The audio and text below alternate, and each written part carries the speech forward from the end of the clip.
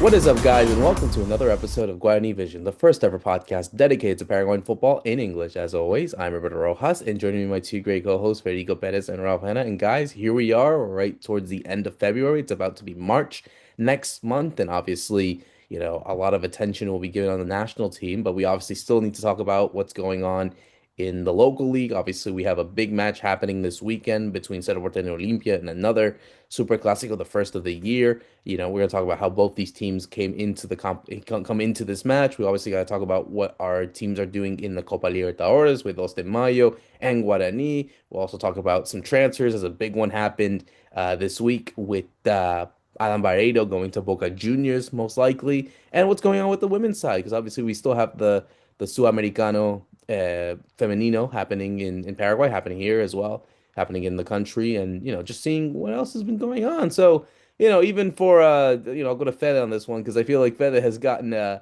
lot of stuff. He can finally relax a bit after dealing with power outages and hot weather. We can now switch our gears to actually talking about football, which at least gave us a little bit of joy during the week.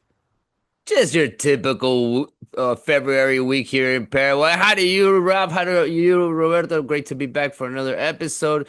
Great to have everybody always here on Guarani Vision as we're coming off a very good week, I would say, in Libertadores. No losses for our Paraguayan teams, even though they did not win. One team was very close to doing it. Crazy minutes, right, in that game for Dos de Mayo. Definitely got to go back and talk about these two teams. Guarani also doing their thing in Montevideo. And yeah, it was a very interesting week as we're heading into the Superclasico. Also, we got to preview that huge match of this week 6. We're going to have week 7 pretty much coming right away. We're going to have games midweek next week. So the boss is going to keep on rolling and rolling here with games. Roberto, we got plenty of stuff to talk about today. Yeah, absolutely. I think it never really ends. And then also with these transfers, like, going, Ralph, to Adam Bareiro's case, like that's another Paraguayan at Boca Juniors. And again, this is going out as well as like, hey, you're about a month away from the final friendly. So it's almost as if, like we talked about, like if you're gonna move, you got to do it now. But also now it's almost like you got to impress because you really want to do better than other players that are not on form. So this Adam Bareiro one, he becomes, I think, the third Paraguayan to play for Boca and River. I need to double check that, but it doesn't really happen when a player crosses the enemy lines from, in this case, from El Monumental to La Bombonera. Yeah, that's right. Hi, everybody watching and listening. And on the case of Barreiro, I mean, he didn't have a great time at River, so I wonder if he was to score in the Clásico, I'm sure he'll be celebrating. I wouldn't expect a non-celebration, but we got to get there first. I mean, he's come off actually a bit of good form, right? He was scoring for Fortaleza just before he ended up making the move, so he's coming in at the right time. Hopefully, he can fit into the team and make an impact because that's what he's looking to do. As you said, Roberto. I mean, people are making these transfers at this point of their career not to make money, but to make the World Cup. That's we talked about it a lot on the show. So let's hope that that goes well for him. And there's plenty of competition. Isidro Pita is back scoring as well. He scored, I think, a couple of weeks ago. It's still obviously the state championships in Brazil, so depending on which state you're in, maybe the competition isn't as high. But people are starting to get into their groove as they head towards those friendlies next month, and then of course the World Cup itself. So plenty going on. And then a quick shout out to the U20s girls that they got a great win last night against Venezuela. I know Fede was commentating because I switched on and heard his voice. So that was a really big result because they lost to Venezuela in the group stage. And so to do it now in the final stage has put them in a pretty good place. I mean, they probably need two results still to get through, but they've put themselves in a really good position. Yeah, and of course MLS is back this weekend as well. So obviously we got a couple players that we have to talk about there with, Almiron, with Brian Ojeda, who just went to Orlando City. You got some players there as well. Andres Cubas, of course, at Vancouver Whitecaps. And obviously, just because the games for the World Cup are happening in the States, I think a lot of attention will be given on how the country is being prepared for that. But yeah, so much to talk about. I guess we'll start off first of what we're going on in the local league because I think we're heading into a Super Classico this weekend with Cerro Olimpia. Two teams that are obviously in that contention. None of them are first at the minute in the local league. It's Nacional and Ameliano that are ahead of both those teams. Olimpia currently are in third in 11 with 11 points, where Cerro Porteño are in seventh with 8 points, losing their first game of the season, losing to Nacional, which I think we have to talk about. A really good performance by Nacional. I think obviously them credit to them getting those opportunities with Sebastian Vargas scoring just before halftime, and then obviously in the second half with Hugo Benitez with a really good assist from Roque Santa Cruz, whipping that ball in to give Nacional the win in the Barrio Obrero, in the derby of Barrio Obrero, because obviously both teams are neighbors. But Fede, I mean, this was definitely a result that I think stunned Cerro Porteño. I think certainly they kind of felt that as though, like, Nacional are a really good team and they have demonstrated that this season. But Cerro had performed really poorly in this match. I think you can't really think of anyone that really stood out from the players from Jorge Baba's team. Yeah, we're starting to see, this first in these last couple of games, that no team is up to just grab that first spot, right? I mean, nobody's really owning that first spot yet, and the Superclasico could start to define that situation because Nacional, just as you said, they beat Cerro Porteño, but now they tied at home against Emiliano, and they didn't look that sharp in this game at home. So, it was a bounce back, a kind of win against Cerro Porteño because they had just lost against Olimpia the week before. So it was good for them in that sense of showing that they're up for it. But I think it's going to be that kind of tournament, where anybody can take points from anybody. A couple of weeks ago, it was Recoleta, the team that was up there. Now it's Ameliano all of a sudden because they got hot and they started winning also with Roberto Nani, a young coach who we're still trying to discover here, in the Paraguayan league, even though he played a long time for Cerro Porteño, also linking that situation up. But for Nacional, it's just being stable with their results, winning and winning. If they really want to be champions, for Cerro Porteño now is going to be trying to see if they can do it at home in the Superclásico with the pressure that's on, because I think they're coming off their worst game of the year. That's what I saw against Nacional, a team that really didn't produce that much. And after Nacional took over in the second half, they didn't really show much, and they still have a couple of players that are banged up, and we have a lot of doubts heading into the Super Clásico of who's going to really play in certain spots. So for Cerro Porteño, it could be a nightmare if they have two bad games in front of their fans, right? Especially playing against this Olimpia team that has shown good stuff and is now the only team that's still unbeatable, guys. They are yet to lose, right, in this tournament. And Cerro Porteño let go of that situation last week against Nacional. I'm expecting a great Super Clásico, guys. Just the environment. Both teams have taken a lot of people to the stands in these first games, and I think fans are excited about what could happen for their big teams in this Apertura. Yeah, it's a big game for Cerro because of that Nacional result. The Fede mentioned to have two bad games at home in against what are going to be title rivals is going to look very bad. So they've really got to do something to turn it around. And then at the same point, they're not in the situation where I think they can tie the game because they're now so far back. They're already 5 points behind Nacional.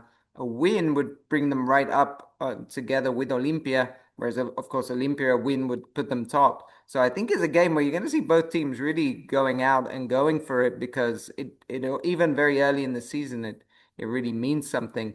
I mean, going back to that Nacional game, yeah, there were some big problems with Cerro. I mean, let's talk about the ex Cerro, Josue Colman, because he was the one making a lot of difficulties in the first half for Cerro to the point that Guillermo Benitez, the left back, gets subbed off for an 18-year-old Marcelo Chaparro, which is like, that's a big statement from the coach, right? To say, I think you're struggling a bit. Let's get the kid on there, see if that can change anything.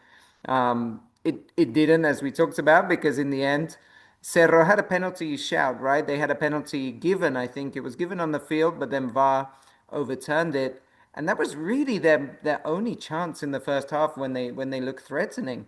And then from there, just before halftime, Sebastian Vargas gets the goal. And it kind of really turned the tables. Cecilio Dominguez came on at halftime, did not make an impact.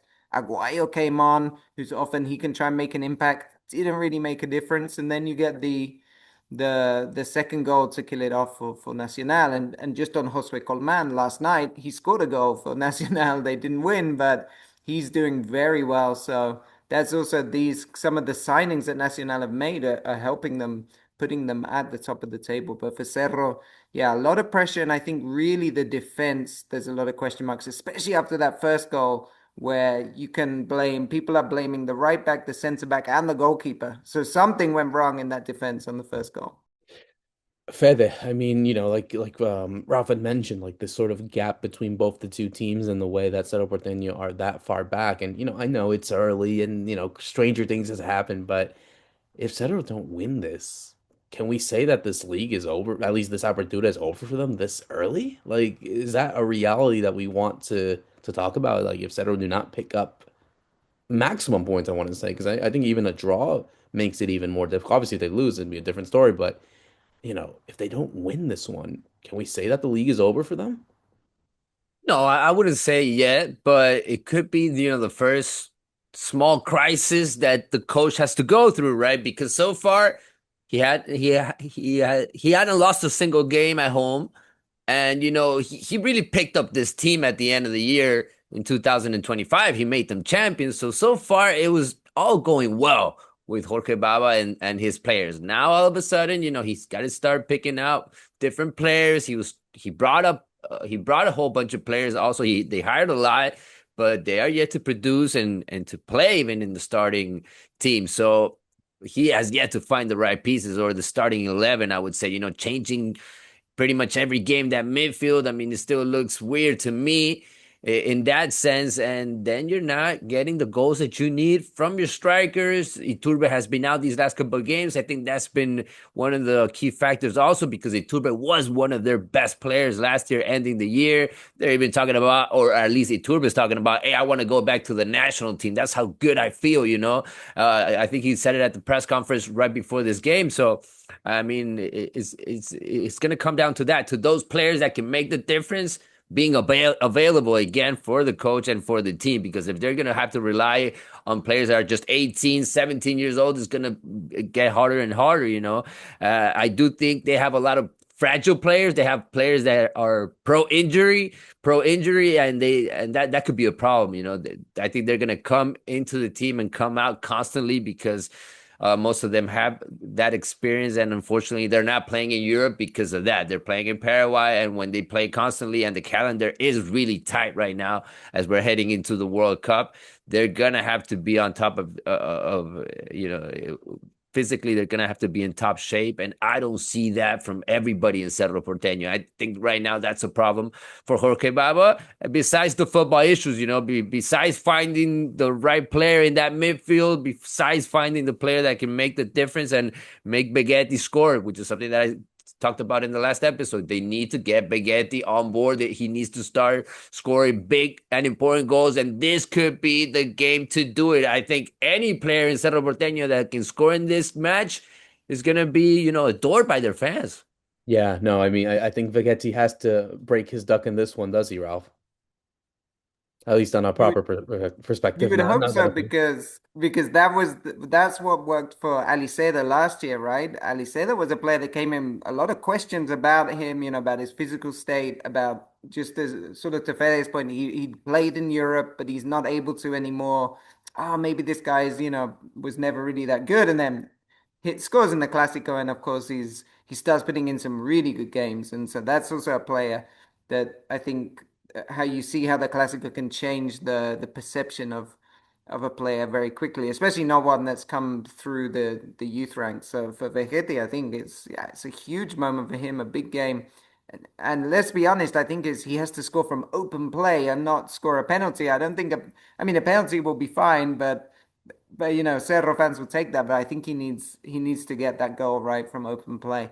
I was watching a little bit of the game and thinking it was very frustrating. It must have been frustrating for him as some of the crosses were coming in, not to him, like they were almost going to the back post, to the wingers and things. And I was thinking he just needs one, put one on his head. But yeah, let's see what he can do. And just moving to Olimpia because as Fede made a really good point about players coming in injured and not being available. Well, Olympia are missing Sebastian Ferreira for this game because he got sent off in the last match, which was their first real slip up was the Rubio New game.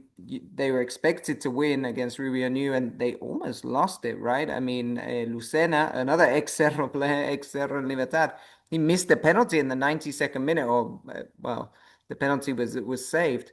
So they nearly lost that game Olympia themselves. So there's a little bit of pressure, but the reason they nearly lost is because they played most of the game down to 10 men is because Ferreira got sent off. And that means he misses the Clásico. And I'm starting to see a little echo of what we got in the Apertura last year when Sebastian Ferreira started really well. And then I think he got injured. He didn't get suspended. He got injured. And then Olympia dropped off a bit. And so now started well. Now he's been sent off. Are we going to see like a similar thing of suddenly a bit of a drop off as they miss their striker and the guy who's been scoring some goals? So Olimpia come in with a bit of problems as well heading into this match. Oh, I mean, who do you think has the edge in this one, Fede? I mean, is it like coming from all the, I wouldn't say the inconsistent results for both Olimpia and Cerro, but who do you think has the edge in this game? That's such a hard question, right? Because I was just thinking, what's the best thing that each team has right now? And it's probably their goalkeepers. I mean, Alexis Martin Arias is standing out. He's been, I think, MVP in several games so far this year. And Gaston Olveira is back on form. I think he's, running for the national team spot also, and trying to make as few mistakes as he can make in games. But the defense in both teams is very fragile. Cerro apparently is going to lose Gustavo Velasquez, who is a very important player in that defense. They're going to have to put in somebody a lot younger, like maybe Lucas Quintana, or head totally on another way. And Olimpia also, they've changed their defense pretty much every game, trying to find the right pieces. They have problems with their left back. They don't know who's going to play there. So it could be a game with a lot of goals, guys. If the goalkeepers allow it, if they are the ones that are going to stand out, we might even have, just a tie with no goals. I see it go either way. I see a game with a lot of goals or just with the goalkeepers really standing out and just end this game 0-0. I think that's gonna go. I think that's the prediction that I'm gonna go with. If I gotta throw a result out there, I'm gonna go with a 0-0. Nobody's gonna score on this first Super Classico. I don't want that one. I want the other one. I want the show. I want the 3-3. I would love to see a lot of goals in the first Super Classico, but the goalkeepers are making the difference so far. Yeah, no, I think, and also it's per the course. Like we've always seen draws in this game anyway, so it's not like, oh, it's surprising. Like how can you say like no? I think it's a reasonable draw on that. It's a reasonable prediction on that one. And Ralph, I guess since he put himself on the spot, I guess now I got to put you on the spot. How do you see this game? No, yeah. Well, I was just looking back at the last nil-nil, so is in the 2023 Clausura. Since then, seven of the eight games have seen both teams scoring. So other than the 3-0 that Olympia won, there's always been like at least both teams scoring. And of course, we had the 3-2 last year, right? That was the big one Hmm. when with Cerro coming back from 2-0 down and scoring three. Um, yeah, I mean I do I do think we get a 1-1 tie quite a lot in this game, and I do feel we're heading towards another tie because you're seeing that really neither team going forward is that great, but then neither team is that good defensively, and so something's going to I think something's going to give. I think we'll have goals, but yeah, I think a tie 1-1. Probably Cerros go first and then give it away somehow. Olympia maybe late on. I don't want to say Richard Ortiz, but it could be again Richard Ortiz late on equalizing.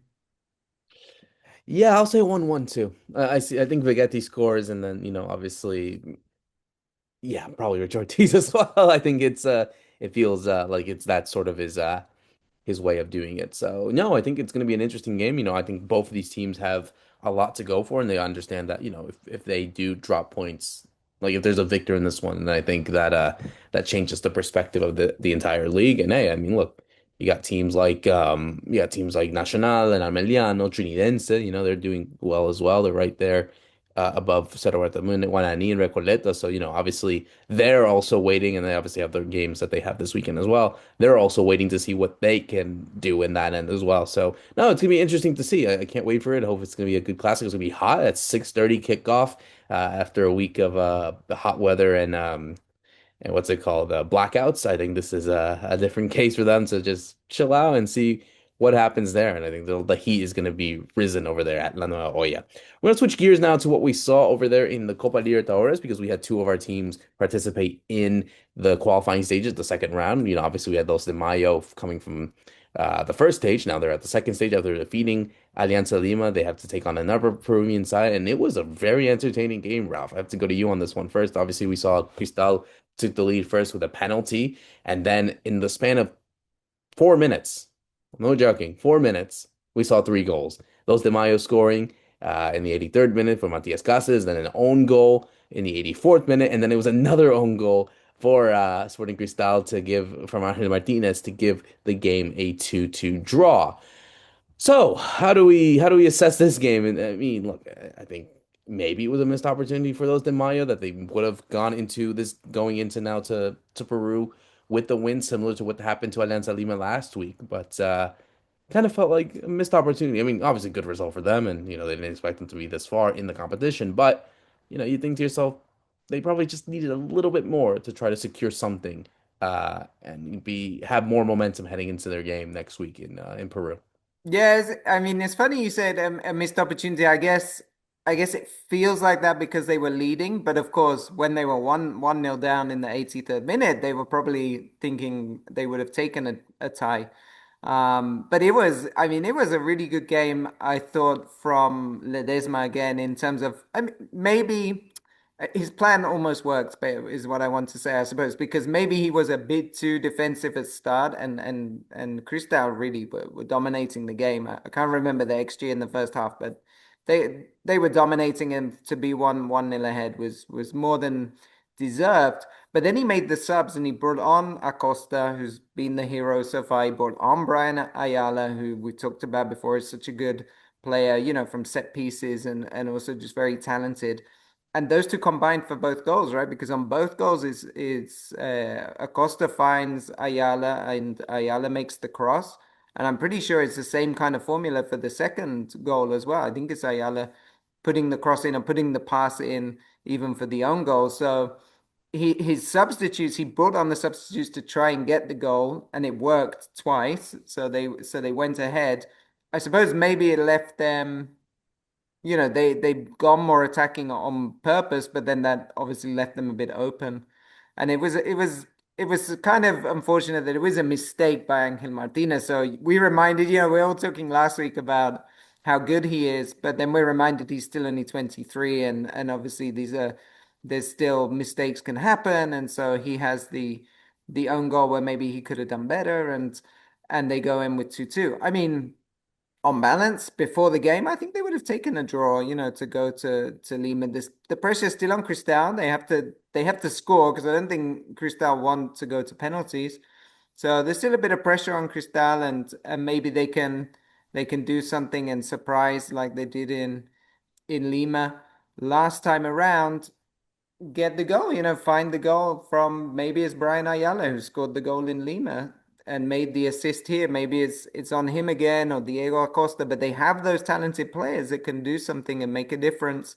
And they've proved now over two or three games that they can do it against this opposition. So I think they'll be excited going to Lima thinking that they're still in with a chance.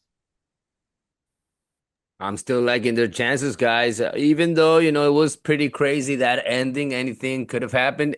Either team could have won it. I really liked what I saw, from this Peruvian team, Sporting Cristal. They play a lot better, touching the ball in the midfield, taking care of it. They have Yotun in that midfield. He's very important. One of the key players, no doubt about it. He showed his quality in the way he shot his penalty also.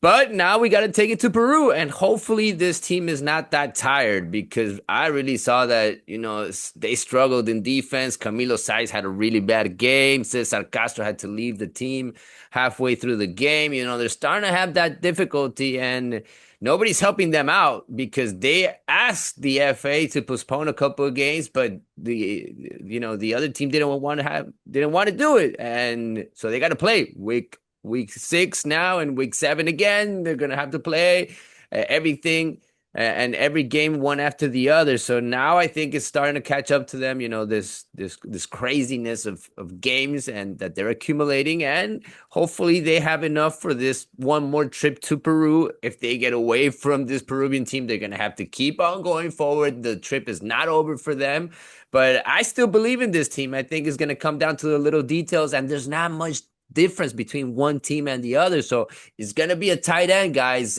I don't want to say penalties, but it could go down that road. I'm starting to feel like, yeah, I think that might be the case, Fede. I'm thinking penalties that probably will decide this, unless we see some more surprises like we saw last week with Los de Mayo.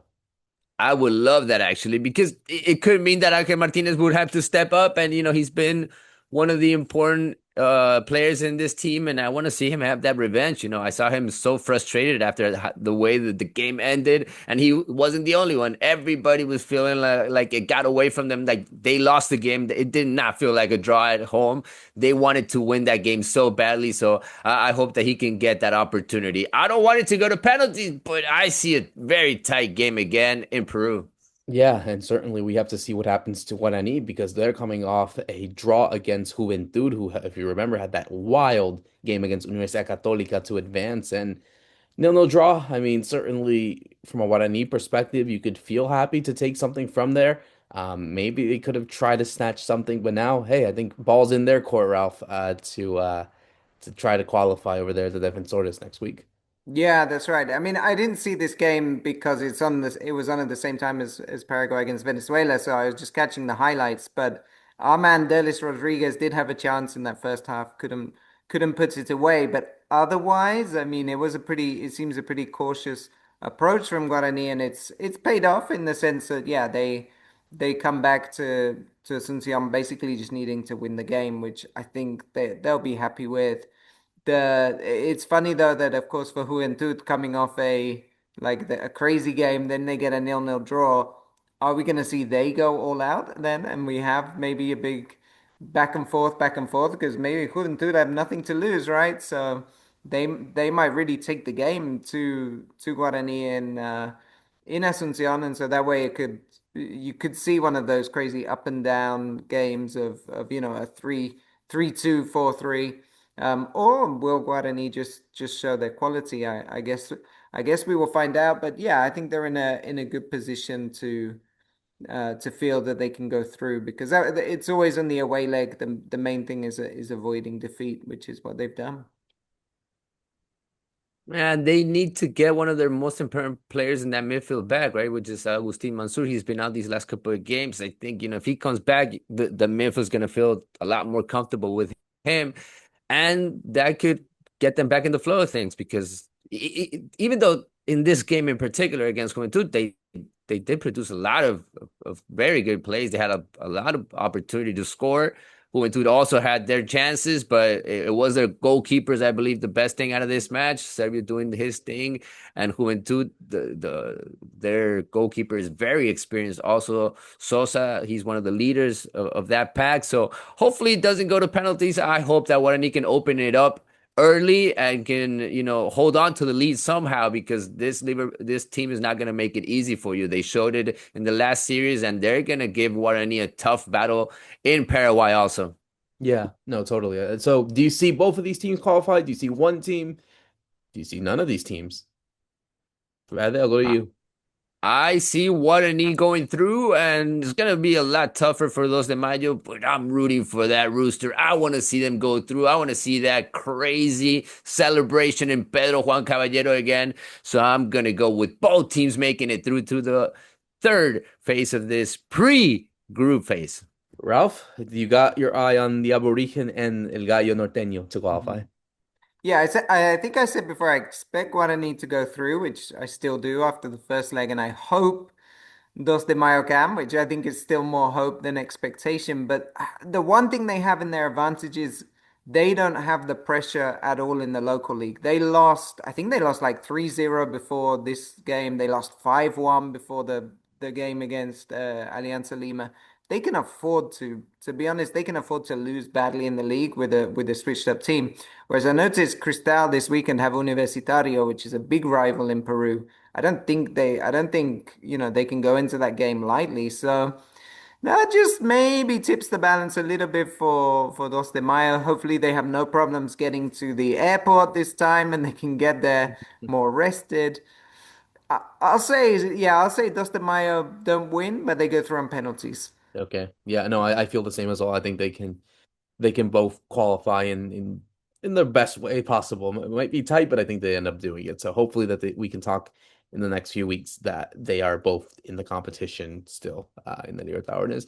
Let's switch gears now quickly to what we saw in the U20 Women's Championship. As you mentioned, Ralph, we had the final round beginning with Paraguay looking to qualify for the U20 World Cup in Poland happening in September, still going on in Paraguay at the minute. The first game that they lost was 3-1 to Brazil, but they got a 2-0 win against Venezuela, which I think is big because obviously this was the same Venezuela side that beat them 2-0 10 days ago in Villa Elisa. So for them to get revenge and win this one, and now they have to take on Colombia on Sunday, then they got Argentina, and then they finish it off with Ecuador. It's still very tight, but you would think that maybe one more win out of these three would put them in contention to qualify for the World Cup. Yeah, I think definitely a win, probably maybe 4 points they need, four more points to get through. So A win and a draw. a win and a draw, and so it's who do you pick that off? I mean, with Argentina losing last night to Ecuador, that kind of throws things open a bit, and maybe gives Paraguay a bit of hope, thinking about the Argentina game more than the Ecuador game, which comes last. Against Colombia, it's going to be difficult. Again, if they get a draw there, that would be a great result. But going back to yesterday, I mean, it was incredible that Venezuela did not win the game. They had so many chances. They had some crazy chances, but Paraguay had a lot of fight in them. They were picking up some yellow cards in there, but there was a lot of kind of that first half was just a lot of clashes, duels in midfield, lots of fouls, and eventually it's from a free kick, but in Paraguay's favor that they go ahead with a really well taken free kick by Nayeli Torres, who I think's in Sao Paulo. I think she's already over in Brazil playing at youth level. So that was a great opener, and then they got the penalty in the second half. So it was like it was a game which had a lot of fouls in it, but it ended up going in Paraguay's favor with the free kick and the penalty. And for me, the really big thing is, of course, Claudia Martinez. I mean, she almost scored a goal from the halfway line, but Claudia Martinez has not been scoring, but Paraguay is still finding a way. It's interesting as well. Just as we were on air, they've announced the senior team for the friendlies for the women's team, and Claudia's not in there. So it sounds like there was a deal made with Washington Spirit, right? That she could play this U20s, but not do the senior team friendlies because I feel like that would have been too much. So it's interesting though just to see that Claudia is not in the first game. She blew everybody away, but she hasn't been doing that as teams have kind of tried to find out. They will double mark her. They will make it a bit difficult. She also had another chance. I just remembered in the first half, really good save by the goalkeeper as well. But she's not finding the goals. But Paraguay is still in it, and I'm really glad to see the way they fought in this game, not being the best team, but they got the win. Yeah, that's probably the right title, right? They weren't the best team out there, but they pulled it off, and they really gave up a fight against Venezuela. They were kind of lucky also because of all those balls that hit the bar. We had a whole bunch of big saves also again from Tamara Amarilla, but in these kind of games, you need luck by your side, and you also need to score, and they did it, in important plays. They put Venezuela in an uncomfortable game from the get-go, from the first ball. Paraguay just pressured them and really wanted to score early. They weren't going to be that intense during the 90 minutes. Venezuela was going to get their opportunities. It was just that, Paraguay is yet to handle the game well, but they do have a lot of players that can make the difference. Thankfully, we're not relying that much on Claudia Martinez. And she's now playing more on the left side and trying to create plays for her teammates, not so much as a center forward or false center forward like she played in that first game that I saw against Peru. This is their second win in the Sudamericano, so this is an important win for them, especially in the locker room. After probably feeling like, okay, maybe we're not up to play for the title, but we can do something if we beat Venezuela, if we can have a good game against Ecuador, again against Colombia. They got that feeling right at the end of the group stage also. So we had good performances again from other players, like our number 10, Pamela Villalba. Great second half again from Milagros Luján Ortiz. The penalty comes from her. The foul they make on her, and she's also a very special one. She's coming off General Caballero from Juan León Mallorquín. She's actually from Mingaguazú, so she's one of those players that can make the difference and have that huge story, or even have that great transfer. I see a lot of players in this squad that can have that situation at the end of this Sudamericano, just because of their age and just because of what they're showing also in this tournament. So I'm really excited to see how they're going to close it up as they head into the important games now to see if they can qualify to the World Cup. Yes, we will see what happens to them and obviously hope that they can finish strong and to try to qualify for that World Cup in Poland. We're going to finish it off with one more thing that happened over the week is the transfer of Adam Bareiro to Boca. It is not official yet, but it does seem to be that Adam Bareiro will head back to Argentina and play for the third team of the Big Five, because as we know, he played for San Lorenzo, he played for River Plate. Now he's going to play for El Ceneice alongside a fellow compatriot in Angel Romero. So obviously there is that sort of connection as well. We obviously saw Oscar making his transfer to Huracan. So again, all these connections, man. It's I wouldn't want to be a player of the opposing side having to face these guys. But obviously we saw this with the Romero twins going back to Argentina. Now we have Adam going back. It's for the World Cup, Ralph. Really, it really is that, because obviously the friendlies are against Greece and Morocco in a month's time. Then the World Cup, it's like they're doing this because maybe not for the money, probably definitely not for the money, but certainly because of course they're coming from Fortaleza and obviously they were both coming from Brazil. So they all left Brazil to head to Argentina. It's all to make the World Cup squad.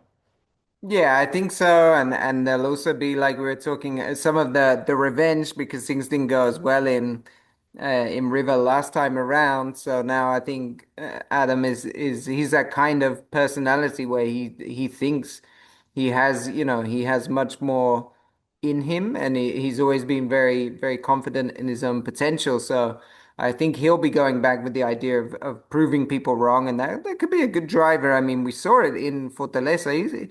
He did well towards the back end of last year, and he started this season. I was just checking up now. He's scored 3 goals already. I mean, 2 penalties, but he's one of those people that if he gets the mentality side right and that driver right, that focus, then I think he can be very good. I mean, he had remember after River, he kind of ended up going to United Arab Emirates, maybe, Yeah. I think. Yep. Yeah. UAE. And so I think his focus was a bit off football in that moment. If we're honest, I think now he's back and now he's thinking I need to play at a level, get into the World Cup team, but also prove people wrong. I think that honestly is a big driver for him. And so along with Angel Romero, who's another player that can also kind of likes to prove people wrong. I mean, they play better when they have that kind of mentality. Yeah, Boca could be onto something here with these signings, and I really think he could do well. I mean, I honestly think whatever the River situation was, it was maybe I think the club as well wasn't in a great position when they signed him. So I think he can make a difference and actually do something for Boca. Alfaro can't include all three in their squad, can they, Fede? No, no, I don't think there's room for all of them, and it's gonna be hard for both of them to try to get in there. I think Aje has a better opportunity, to be honest with you guys, just because he's not a center forward. He can play as a winger. He play in different roles, and Alfaro used him already in the qualifiers. I think Barreiro already got that phone call from Alfaro telling him, you need to play, you need to start scoring. Good Fortaleza, but Boca is a bigger team. Boca is gonna give him that pressure again in the everyday life, and definitely he's gonna try to get that revenge. In the Superclasico, maybe even that's coming up in a couple of weeks against River. We might see him, even though I'm hearing or I'm reading that Boca is getting their strikers back. They were pretty much injured a couple of weeks ago. They pretty much didn't have anybody when they hired Angel Romero, but now they're starting to see Cavani again, Menentiel. So now they're going to have to fight for that role. We'll see who ends up winning that spot in Boca Juniors. They're going to have to start making the difference and obviously scoring. For Adam, the difference that he can make is score because he did not score goals for River, and they're going to expect that out of him in Boca Juniors, and no doubt about it. He needs to be the top scorer, I would even say, for his team. And he signed a 3-year deal, which is the weird thing for me because he never spent 3 years at a single club he's ever played. I remember the longest time he played was for San Lorenzo, which was his best version, and that was back in 2022. But he spent 2 seasons there. I want to see if he really spends 3 years as a Boca player. Oh my God. Yeah, no, it'd be really funny. And also, hey, Fede, it would be really, you wouldn't take it out of consideration for him to score against River in the Superclasico if he's fit by then, of course. I love the stories, that he's definitely going to look for it, especially if Gallardo's still on that bench because apparently he had a lot to do with him coming off the team or taking the confidence away from him. So, I'm usually rooting for River, but with all these Paraguayans now on Boca's side in the Super Clásico, I'm definitely gonna want to see the best from them, and hopefully they can score because those are the games that put the fans by your side, and those are the games that make you, I would say, forever. They make you eternal. I mean, you also have Oscar Romero as well. Like, can you imagine him scoring against Huracan even after all the connections he's had with San Lorenzo? Who knows? Or even same for Angel Romero scoring against San Lorenzo against his ex teams or Racing. Can't forget Racing as well. Oscar scoring against Racing. There's always great storylines, and I think Paraguayan, so people that are maybe following from outside, I mean, Paraguayans follow the Argentinian league almost as closely as the Paraguayan traditionally. I mean, everybody pretty much has a club in Argentina. People follow the storylines a lot, much more than say Brazil. So I think there's really we're seeing like a great shift back because there was a time where a lot of Paraguayans were playing in Argentina and very few in Brazil, Mhm. partly because of the money, but I think partly because of especially the work Cerro did in getting players to Brazil. You kind of saw the shift over to Brazil. And now it's coming back a lot of the big players to Argentina. And I think those storylines are great because it's followed much closely in the country. And I think we'll get a lot more like anecdotes and things coming out with these players being over there. Yeah, 37 in the first division this year, as Fede pointed out. So we had Lanús yesterday. We got Cañete, who plays in the defense. They just beat Flamengo in the first leg of the Recopa Sudamericana. So again, I'm not saying he's going to get called up, but it gives us the attention of what we say to players that are up there, similar to what we see, you know, maybe in England as well or in Europe. And, not a lot of the players there, but, what we see in Argentina is way important on that end. So it's going to be interesting to see what all these guys do. And we'll obviously cover, as we always do here on Guarani Vision, as we close out another great episode for myself, Roberto Rojas, Fede Perez, and Ralph Hannah. Thank you so much for listening in. See you soon.